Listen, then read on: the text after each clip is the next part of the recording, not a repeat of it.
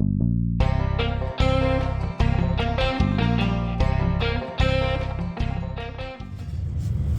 here at Rosie and Maple. Today I want to show you guys a DIY filter press that we made. For all of you hobby producers that really struggle with filtering, this is why we did this little experiment. It works awesome. So for years I struggled with cone filtering, eventually built a vacuum filter, and then bought a filter press when I started making a lot more syrup, and this works awesome. But one of the things I wanted to try to do was build something really cheap and better than a cone or a vacuum filter. And this is just a regular inline filter that you can buy on Amazon. These run around 70 bucks for it. And I'm going to walk you through what we did. There's a couple different things that we tried that worked really well. Overall, very happy with it. So this comes with a little filter screen. We just took that off. You don't need that. You can set that aside, but you do want to keep the hose clamp that came with it. When we first started, we got some extra filter papers from another producer, and our thought was we were going to wrap this around like this, and you can see a 10-inch filter paper works perfect, and you can just put a couple of different hose clamps on there to hold that, okay? And then this end would still be open, which you don't want.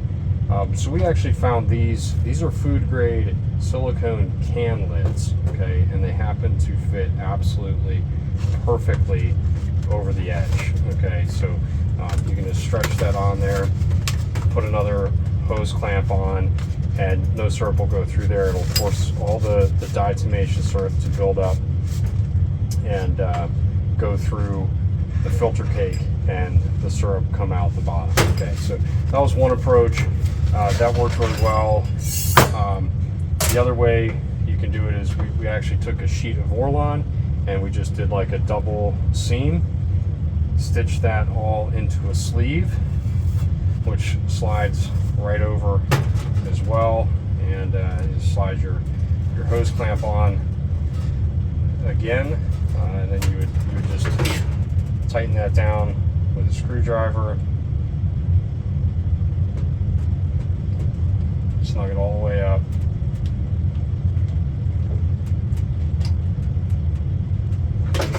Okay, and then you're ready to have your silicone O-ring pop on and put your main housing on, and it's just all sanitary fittings, okay, which makes it really nice and convenient, and really easy to operate and really easy to clean as well. Okay, so just make sure I've got that on there.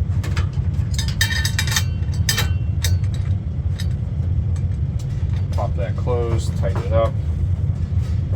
Okay, and then again on the top and the bottom it's sanitary fittings. So we've got a little hose, cam locks that go to our syrup tank.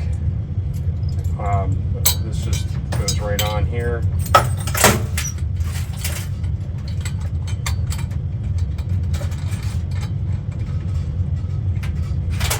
And you're ready to go. Now you can do this either horizontally or vertically. Okay, you can leave this open, or you can get another, sanitary fitting, and it could be a 90 or straight down. It could be a hose off. It doesn't matter. I've used it both ways, and it's worked exactly the same either way. The nice thing about this, with the syrup coming out of the bottom, if you're going to bottle it, you can just pop it right into a mason jar, and gravity is your friend. So you're pushing syrup through here, building up that filter cake, and it's going to filter right out. Same thing if you had a little nozzle, if you wanted to, on the end of it, that would be fine like that. So it's really convenient actually to be able to just do that, or you could just do this into a pot, or again, lay it down, have a hose go into the pot, and then you can bottle from there. But overall, absolutely love this. Again, about 70 bucks I think for this component, and then you obviously buy a handful of other small things. And we use a pump just like this pump on this filter press. We had another one use it with this. So the reason why I have two now is this is down here in my bottling area and finishing area, and not out in the sugar house. And I wanted to be able to have something that I could also clean all of the near syrup, filter all the near syrup in my evaporator pans with at the end of the night. This is super easy to transport around. It's lightweight compared to a very heavy filter press. So I use this for filtering all the near syrup in my back pan, my flute pan, every night, and it works awesome. It keeps my pans way cleaner. There's absolutely zero niter in there, built up over the course of the whole season, because you're filtering it out after every boil, okay? Which works really awesome. So overall, really pleased with it. I'll show you guys a little video of me using it for actual finished syrup. But if you struggle again with small batches of syrup that you're trying to filter, and you're really struggling with the cone, I would buy this. I would do this instead of the vacuum filter, or instead of jumping all the way to the filter press. Again, especially for smaller producers. Now, if you're making 5 gallons a night of syrup, you're going to want a press probably like this. This is going to be good for maybe 2-3 gallons to get through. 3 gallons is what I've done, and it hasn't had a problem. It's almost equivalent to 2 plates in the press, okay? The volume of DE. It takes about 7 cups of DE to fill this thing nice and full and filter all the syrup through that screen and come out the bottom. Okay, so same principle as a filter press, is just cylindrical instead of flat plates, and way cheaper. So you can build this thing for cheaper than you can build a vacuum filter. You can build it way cheaper than you can buy a filter press. I'm actually probably a little mad at myself that I didn't do this experiment and start this way years ago, but still love my filter press, still use it for larger batches of syrup. But this thing works awesome, and especially helping with keeping the pans clean and not having to lug the press back and forth between the 2 areas. This is way more convenient. Okay, we're all set up to filter. We've got the other pump here. We've got this all set up. We're going to be pumping from this hot syrup pot, which we're up to about 190, which is where you want to be. We're going to pump through this and back out. We're just going to recirculate right back into our syrup pot for a little while. Then after we've built up the filter cake in here and things are looking really clear coming out of this hose, then we'll transfer into glass and bottle. To go ahead and get started, we've got our DE. We've got about 7 cups here I'm going to mix into this pot of syrup. Okay, so just shake that down in there, and then we're going to stir that in and get started.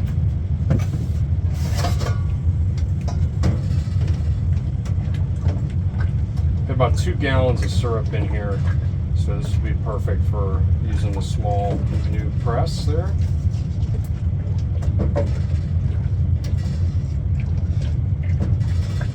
You want to mix this in thoroughly. Make sure you don't have any clumps. You want to be able to create a very smooth texture. You'll see it starts to look kind of lighter tan. I'm going to keep the lid on so I don't let too much steam. Okay, it's all nicely uniform mixed in. Just want to make sure our hose stays in our pot here, and we're going to get off and get started here.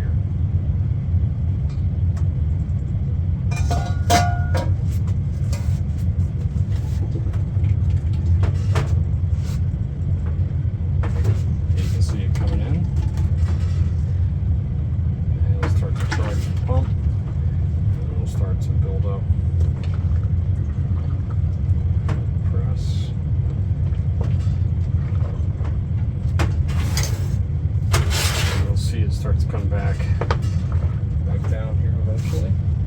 We just want to keep an eye on our temperature. We want to keep the heat on low. We want to build up some heat into this, and it'll actually cause our temperature over here to drop a little bit as we recycle into the tank. So we just want to keep an eye on that.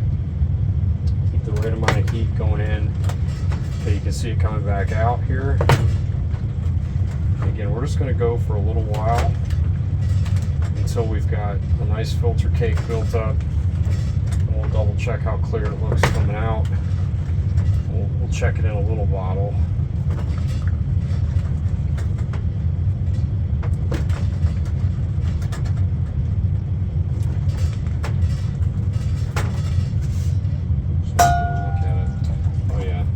Nice and clear.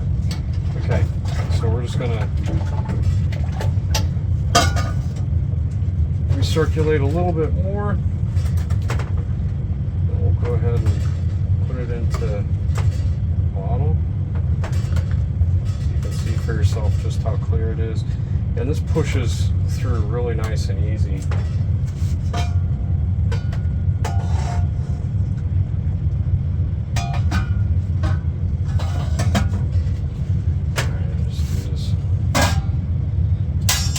Bottle here.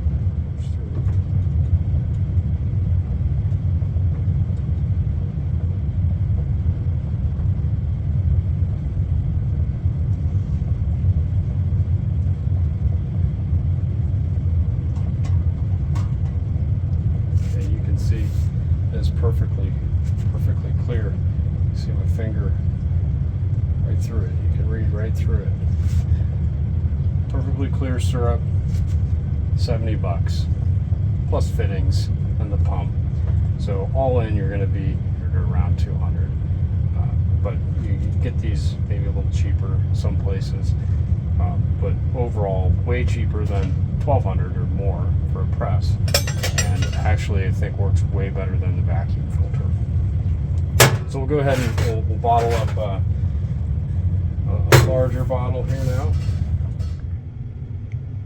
Here's a great comparison of the filter press versus the inline filter press that I built. You can see they're both crystal clear. You can read right through them.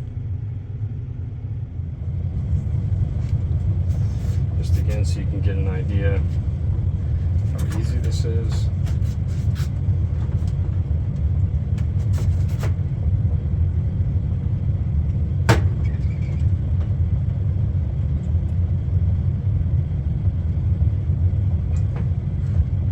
Okay, you want to push through until you have just air coming out of your hose, okay?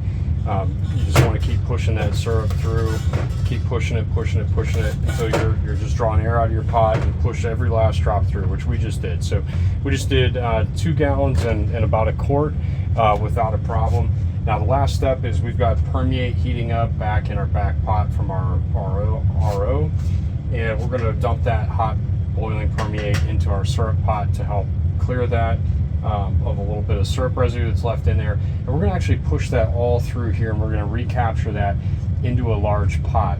And we're going to do that kind of into 2 pots actually. The first bit is a little bit more sugar concentration. We'll dump that probably into our front pan, and we just use like a couple quarts to do that. So we'll just use this, we'll scoop the water out, dump it in here, swirl it all around, pump it through, and then I'll do a few more quarts through there and flush this all out. That way any residual sugar that you've got left in here, you're actually able to recapture and put back into your pan to reboil. So this is really nice. You're not going to get a lot of loss or wasted syrup over the course of the season if you use the permeate to push that back out. So let me go ahead and do that quick, and then we'll show you how that goes. Now for those of you who may want to filter your syrup and then also filter your pans, before you move to the permeate step, here is where you would use this filter to first filter all of the near syrup in your front pan, and then filter all of the hot concentrated sap in your rear flue pan, and then go ahead with a hot permeate flush back into the back pan.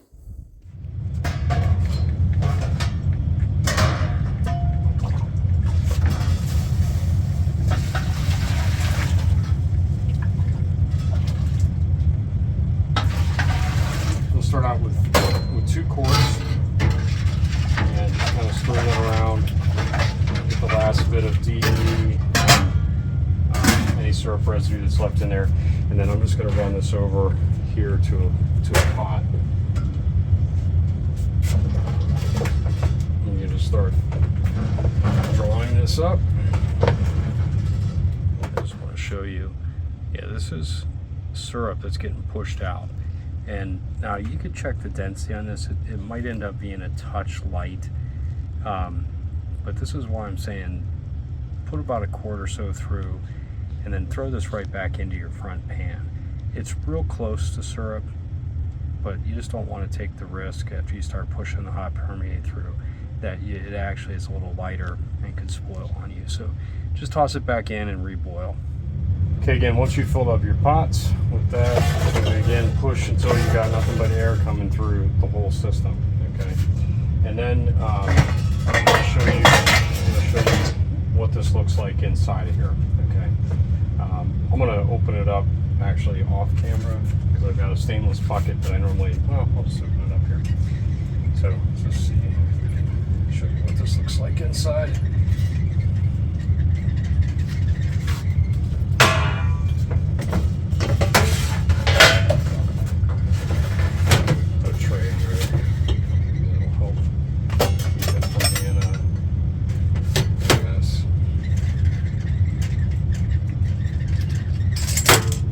It's normally very solid.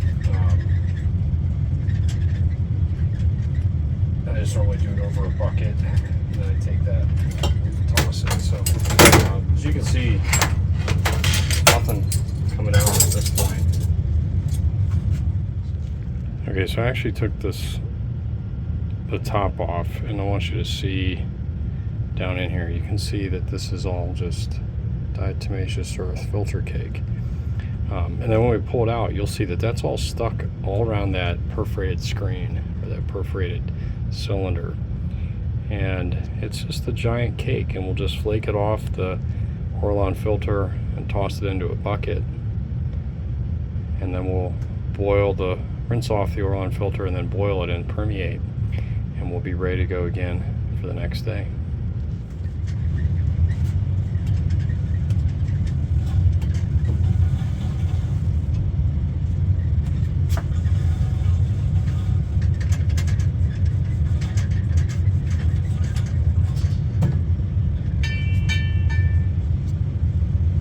Your filter cake, all the niter, everything all stuck in here. You can take this, dump it into your pail, and you're ready to go for tomorrow. Please be sure to like this video and subscribe to our channel, and check out all of our other sugaring related content that we have. Thanks again for stopping by.